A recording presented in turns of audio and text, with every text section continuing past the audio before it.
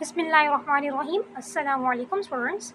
तो आज के इस वीडियो में हम देखेंगे unit number 7A fundamentals of probability के क्विक क्विज। तो स्टूडेंट हम स्टार्ट करते हैं अपने फर्स्ट स्टेटमेंट से। The number one statement is suppose you toss one coin 3 times in a row and get heads, tails, heads. ठीक है, suppose you toss one coin 3 times, आपने एक कॉइन को 3 टाइम्स टॉस करना है और आप क्या हासिल करेंगे in a row and gets head tail head, मतलब कि आपने पहले उसे टॉस किया तो हेड आया, फिर टॉस किया तो टेल आया, फिर टॉस किया तो हेड्स आया। इसका मतलब आपकी आउटकम क्या बनी, head tail head. If you are interested in the number of heads that appear, okay, अगर आप इंटरेस्टेड हैं इस चीज़ में कि जो नंबर ऑफ हेड्स में अपेयर हुए हैं, which one of the following sets of 3 tosses has a different outcome but corresponds to the same event as the first set of tosses। मतलब कि हमने क्या करना है, अगर हम नंबर ऑफ हेड्स में ही इंटरेस्टेड हैं, ठीक है, कि अगर हमने कोई क्या क्या एक्सपेरिमेंट किया है और उसमें हम किस में इंटरेस्टेड हैं, नंबर ऑफ हेड्स में, कि कितने नंबर ऑफ हेड्स जो हमने 3 टाइम्स अपना कॉइन टॉस किया है उसमें नंबर ऑफ हेड्स क्या हैं। ठीक है, या तो 0 हेड्स होंगे या 2 हेड्स होंगे या 3 हेड्स होंगे। ठीक, तो अब हमने क्या देखना है कि नीचे दिए गए ऑप्शंस में से हमने बताने हैं, डिफरेंट आउटकम बताना है लेकिन इवेंट सेम हो। मतलब कि इवेंट क्या है, 2 हेड्स अपेयर। इवेंट क्या है यहाँ, 2 हेड एंड 1 टेल अपेयर। ठीक है, तो इसका मतलब 2 हेड्स होने चाहिए और 1 टेल होना चाहिए, इवेंट ये है। तो अब हमारे पास इवेंट यही रहे, same event but different outcome हो। अब हम अपने ऑप्शंस को देखते हैं, जहां हमें लगेगा कि हमारा ये सेम इवेंट है, हम क्या करेंगे, वहां उस ऑप्शन को क्लिक कर लेंगे। Option number A, tail head tail. इस आउटकम में हमारे पास टेल्स कितनी है, 2 है, जबकि हमारे पास इवेंट क्या है, यही इवेंट रखना जो यहाँ है, 2 हेड्स और 1 टेल। इसका मतलब ये ऑप्शन करेक्ट नहीं है। Option number B, head tail. अब देखिए ये आउटकम इस आउटकम से डिफरेंट है, हेड से हेड टेल डिफरेंट है, लेकिन क्या है, इवेंट जो है वो सेम है, 2 हेड एंड 1 टेल। तो इसका मतलब हमारा करेक्ट ऑप्शन क्या है, ऑप्शन नंबर बी। लेकिन हम फिर भी अपने ऑप्शन नंबर सी को देख लेते हैं, जो कि क्या है, हेड। जो तो ये आउटकम है तो डिफरेंट, लेकिन इवेंट भी क्या है, डिफरेंट है। तो हमने वो आउटकम बतानी है जिसका इवेंट सेम हो और आउटकम डिफरेंट हो। तो ये क्या है, आउटकम डिफरेंट है और इवेंट क्या है, हमारा सेम है। अब हम जाते हैं स्टूडेंट अपनी नेक्स्ट स्टेटमेंट नंबर 2 की तरफ। तो स्टूडेंट हमारी नेक्स्ट स्टेटमेंट है statement number 2। During the course of the basketball season, Shona made 67 out of 100 free throws. ठीक है, कि 100 फ्री थ्रोज में से 67 मेड किए हैं। ठीक है, when we say that her probability of making a free throw during the playoff is 0.67, what type of probability are we stating? अपने प्रोबेबिलिटी को देखना है। अगर आपको याद हो तो मैंने कहा था कि हमारी प्रोबेबिलिटी के लिए 3 टाइप्स वेज थे, एक था थ्योरेटिकल, एक था रिलेटिव फ्रीक्वेंसी और एक सब्जेक्टिव। तो इन तीनों में से हमने बताना है कि यहाँ जिसका जो प्रोबेबिलिटी बताई जा रही है ये किस टाइप की प्रोबेबिलिटी है। रिमाइंड करवाते जाऊँ, थ्योरेटिकल प्रोबेबिलिटी में ये होता था कि हम किसी अगर एक्सपेरिमेंट को देखते थे तो हम उसकी जनरल बात करते थे कि अगर हमने कोई कॉइन टॉस किया है, एक कॉइन को 2 टाइम्स टॉस किया तो उसके आउटकम्स होंगे हेड टेल, टेल टेल या head tail, head tail, tail head या टेल टेल, मतलब कि ये इसके आउटकम्स हैं। लेकिन अगर मैं इसको खुद से मतलब कि 2 कॉइन्स को टॉस करने के यही पॉसिबल 4 हमारे पास क्या है, आउटकम्स हैं। लेकिन अगर मैं खुद टॉस करूँ इन 2 कॉइन्स को और मैं एक्सपेरिमेंट करूँ अपना, तो हो सकता है कि मैं फर्स्ट टाइम जब उन दोनों को टॉस करूँ तो मेरा आए हेड, सेकंड टाइम टॉस करूँ आ जाए tail head, third time toss करूँ तो दोबारा आ जाए टेल हेड। ठीक है, इसका मतलब कि ऐसा कि जो हमने खुद परफॉर्म करवा कर और रिजल्ट लें उन्हें हम क्या कहते हैं, वो हमारे रिलेटिव प्रोबेबिलिटीज़ होती हैं। ठीक है, रिलेटिव फ्रीक्वेंसी प्रोबेबिलिटी होती है वो।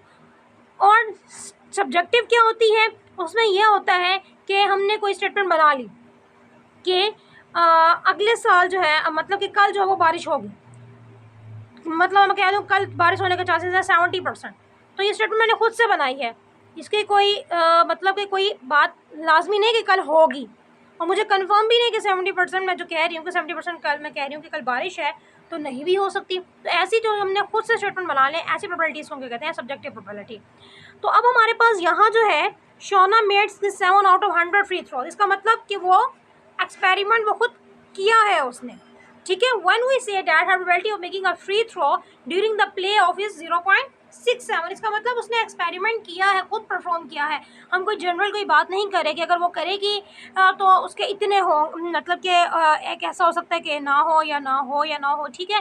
तो इसका मतलब यहाँ जिस प्रोबेबिलिटी का जिक्र किया जा रहा है वो प्रोबेबिलिटी कौन सी है, रिलेटिव फ्रीक्वेंसी प्रोबेबिलिटी है ये, ना ये थ्योरेटिकल है ना ये सब्जेक्टिव है। Option B is our correct option, और रिलेटिव फ्रीक्वेंसी प्रोबेबिलिटी। नेक्स्ट हम आते हैं अपनी स्टेटमेंट नंबर 3 की तरफ। A box contains 20 chocolates but only 2 of them are dark chocolate that you like. एक बॉक्स के अंदर 20 चॉकलेट्स हैं, लेकिन उनमें से सिर्फ 2 ऐसी हैं जो आपको पसंद है, जो कि डार्क चॉकलेट्स हैं। When we say that the probability of drawing one of the dark chocolate at random is 0.1, what type of probability are we स्टेटिंग।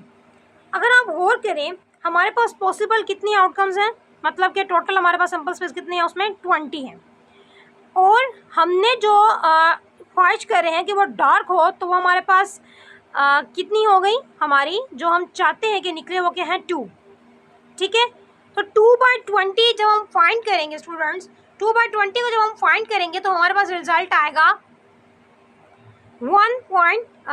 2/20, मतलब कि क्या चांस है कि उन 20 में से जो आप एक निकाल रहे हैं वो क्या हो, डार्क चॉकलेट हो। तो ये क्या बनेगा हमारे पास 1/2 के आप वो निकालें और वो क्या निकले, डार्क चॉकलेट निकले। तो टोटल डार्क चॉकलेट्स कितनी है, 2 है, और आप एक निकाल रहे हैं तो 1/2, ठीक है। तो हमारे पास जो इस टाइप की प्रोबेबिलिटी है, मतलब कि जो हम स्टेटमेंट यहाँ बता रहे हैं, तो अब हमारे पास टोटल 20 हैं जिसमें से हमने एक निकालनी है। When we say that probability of drawing one of the dark chocolate at random is 0.1, what type probability are we stating. हमने यहाँ कोई स्टेटमेंट नहीं बनाई, ना कोई हम कोई एक्सपेरिमेंट करके बता रहे हैं, ये हम एक जनरल बात करें तो ऐसी प्रोबेबिलिटी को हम क्या कहते हैं, थ्योरेटिकल प्रोबेबिलिटी।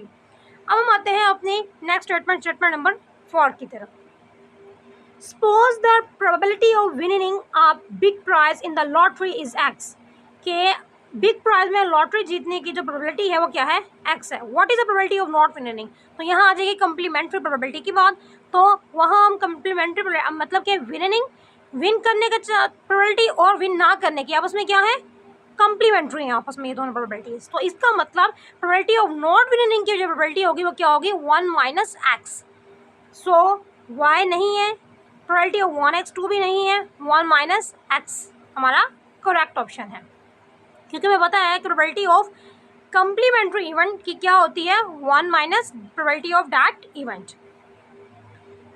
अब हम आते हैं अपने नेक्स्ट स्टेटमेंट नंबर 5 की तरफ। When you toss one coin, अगर आपने एक टॉस किया है coin, the probability that you will gate heads is 1/2। जाहिर बात है कि अगर आप उसमें हेड आपको मिले तो उसकी प्रोबेबिलिटी क्या है, 1/2 है।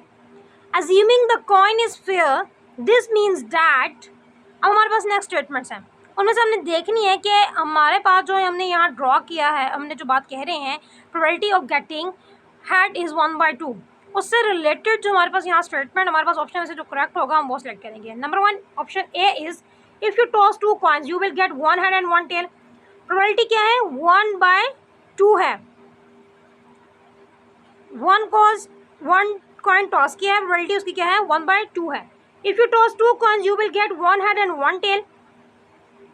हेड्स की बात हो रही है, 1 कॉइन को टॉस किया, अब हेड्स की बात हो रही है, तो उसमें हमारे पास अगर हम 2 कॉइन्स को टॉस करेंगे तो हेड्स की बात करें तो या तो 0 हेड्स होंगे या 1 हेड होगा या फिर 2 हेड्स होंगे, ठीक है। तो उसमें हमारे पास 4 में से जो हमारे पास होगा वो 1/2 नहीं बनती, वो प्रोबेबिलिटी बनती है 3/4। तो वो 3/4 कभी भी 1/2 के बराबर नहीं होगा। तो इसका मतलब option A is not correct.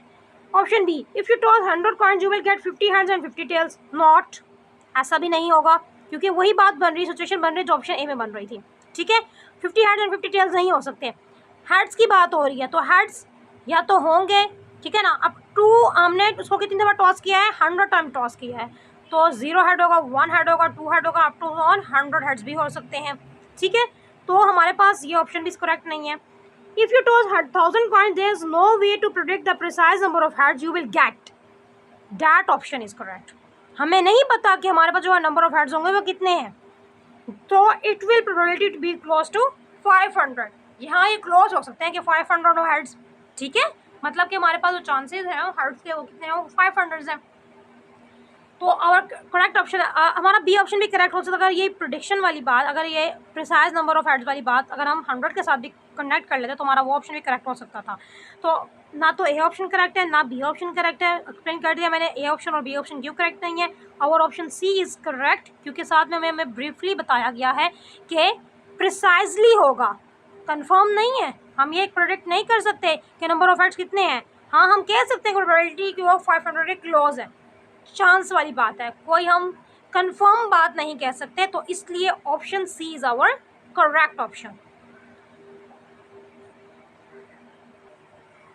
तो student our next statement is statement number 6। On a roll of 2 dice Sarina bets that the sum will be 5। 2 dice roll किए हैं, सरीना बेट कर रही है कि सम जो है वो 5 है, and Mackenzie bets that the sum will be 8। Who has a higher probability of winning, इन दोनों में से किसकी ज़्यादा प्रोबेबिलिटी है।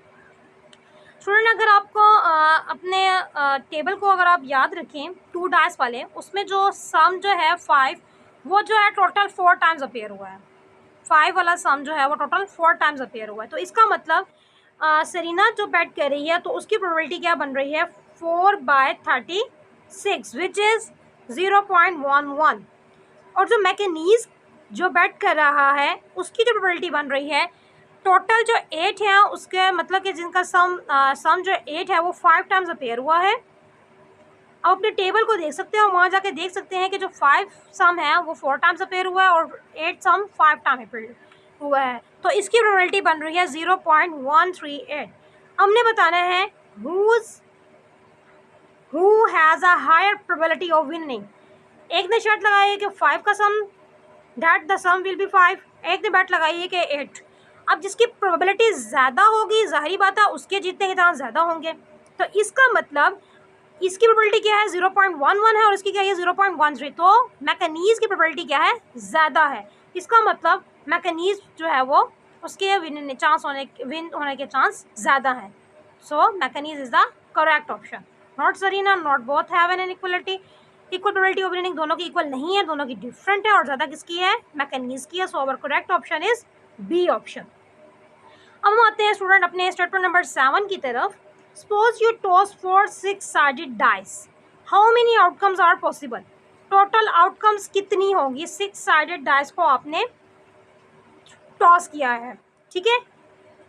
आपको याद हो जब हम 2 को टॉस करते हैं तो 6 की पावर 2 करते हैं, 2 डाई टॉस करते हैं तो 36 बनता है, ठीक है। हमने कितनी टाइम्स टॉस करना है 4 6-sided डाइस, तो 6 की power 4 which is 1 2 9 1296 possible outcomes. तो 6 × 6 × 6 × 6 is our correct option. Not this, not this. 6 तो नहीं होंगे हमारे पॉसिबल आउटकम्स, ना ही हमारे पॉसिबल आउटकम्स 4 का मल्टीपल होंगे। हमारे पॉसिबल आउटकम्स क्या है वो 6 का मल्टीपल 4, मतलब 6 को हमने 4 टाइम्स मल्टीप्लाई होंगे, 6 की पावर 4 जो है हमारे पॉसिबल आउटकम्स हैं। ये तरीका मैंने आपको अपनी वीडियो में एक्सप्लेन किया हुआ है, आप वहाँ से देख सकते हैं। Our next statement, statement number 8 is, suppose you toss 4 6-sided dice, how many different sums are possible?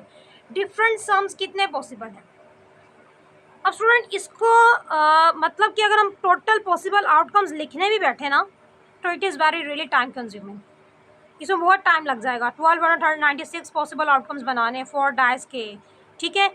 अगर आप इसके मतलब के 1 के साथ भी अगर आप सिंपली बनाना स्टार्ट करें तो 1 के भी बहुत सारे बनेंगे, 1200 से भी ऊपर है, तो इसके आउटकम्स बनाना बहुत मुश्किल है। तो मैं आपको इतना बता दूं कि जो हमारा अगर हम 2 डाइस को टॉस करते हैं, रोल करते हैं, तो उसके जो डिफरेंट सम्स है ना वो है 21। कितने हैं 21, सॉरी 21 नहीं 11 है। कितने हैं 11 है। तो 11 टोटल डिफरेंट सम्स हैं अगर हम 6-sided डाइस को 2 टाइम्स रोल करें, ठीक है। लेकिन यहाँ हमने 4 टाइम रोल करना है, ठीक। तो इतने ज़्यादा सम्स डिफरेंट तो नहीं हो सकते, मतलब कि जितने ही उसके पॉसिबल आउटकम्स है उतने ही डिफरेंट सम्स है, नहीं, सेम भी होते हैं। तो यहाँ इन सब के अलावा इन दो ऑप्शंस को छोड़कर जो ऑप्शन हमें करेक्ट लग रहा है वो क्या लग रहा है, 21। अब अगर मैं इसको आपको करके दिखाऊं तो it's very really time consuming, लेकिन अगर आपका इंटरेस्ट है तो आप करें, पॉसिबल आउटकम्स 1296 जितने हैं वो बनाएं और फिर देखें आपको उसमें इंशाल्लाह 21 ही ऐसे ही होंगे जो कि डिफरेंट सम्स होंगे। So our correct option is 21। Next statement की तरफ आते हैं, स्टेटमेंट नंबर 9 की तरफ, जिसमें हमें कहा जा रहा है you are playing 5 card poker with a deck of 52 cards. 5 card poker आप खेल रहे हैं 52 प्लेइंग कार्ड्स के साथ। If you could make a probability distribution showing the individual probabilities of all possible hands, the sum of all individual probabilities would be। हमें पता है कि जितनी भी probabilities का हम सम करते हैं वो हमेशा all probabilities हमेशा 1 के बराबर होता है। ये हमारी मतलब कि सम ऑफ ऑल प्रोबेबिलिटीज इज 1। ये बात मैं आपको अपने पिछले लेक्चर में ऑलरेडी बता चुकी हूँ। So our correct option is 1, क्योंकि हम जब भी अपनी एक ही एक्सपेरिमेंट के तमाम प्रोबेबिलिटीज़ का सम करते हैं, तमाम प्रोबेबिलिटीज़ का, ये नहीं कि किसी एक को स्किप कर दें, तो उनका सम क्या आता है हमारे पास 1 ही आता है। तो our correct option is option number A which is 1, not 5 and not 52। अब हम जाते हैं अपने लास्ट स्टेटमेंट की तरफ, last and the statement number 10 की तरफ, जिसमें हमें कहा जा रहा है द odds on और odds against triple treat winning the Kentucky Derby are 3-1. This means that whoever set the odds think that triple street probability of winning is आपको याद हो कि odds on, ठीक है, हमने किसकी बतानी है, odds की बतानी है। odds में odds जो है वो odds on का उल्ट होता था, याद हो अगर आपको, तो 3-1 है। सो यहाँ इस लिहाज से हमारा जो करेक्ट ऑप्शन है वो क्या है, option number A which is 1 in 4, not the option B, not the option C, option A is our correct option 1 in 4। So student, आज के लेक्चर में हमने क्या देखा, यूनिट 7A के हमने क्विक क्विज देखे हैं और जिसका टॉपिक था फंडामेंटल्स ऑफ प्रोबेबिलिटी। उससे रिलेटेड जो हमारे पास यहाँ 10 क्विक क्विज थे वो हमने सॉल्व किया और मैंने आपको अच्छे से एक्सप्लेन किया। होप सो कि आपको समझ आ चुके होंगे। नेक्स्ट वीडियो में हम आपके साथ जो हमारा लास्ट टॉपिक जो हमारा है काउंटरिंग एंड प्रोबेबिलिटी, उससे रिलेटेड जो हमारे 10 MCQs हैं, मैं अपने उस लेक्चर में आपको उनको एक्सप्लेन करूँगी। अभी तक के लिए इतना ही। अल्लाह हाफिज़। Thank you so much students.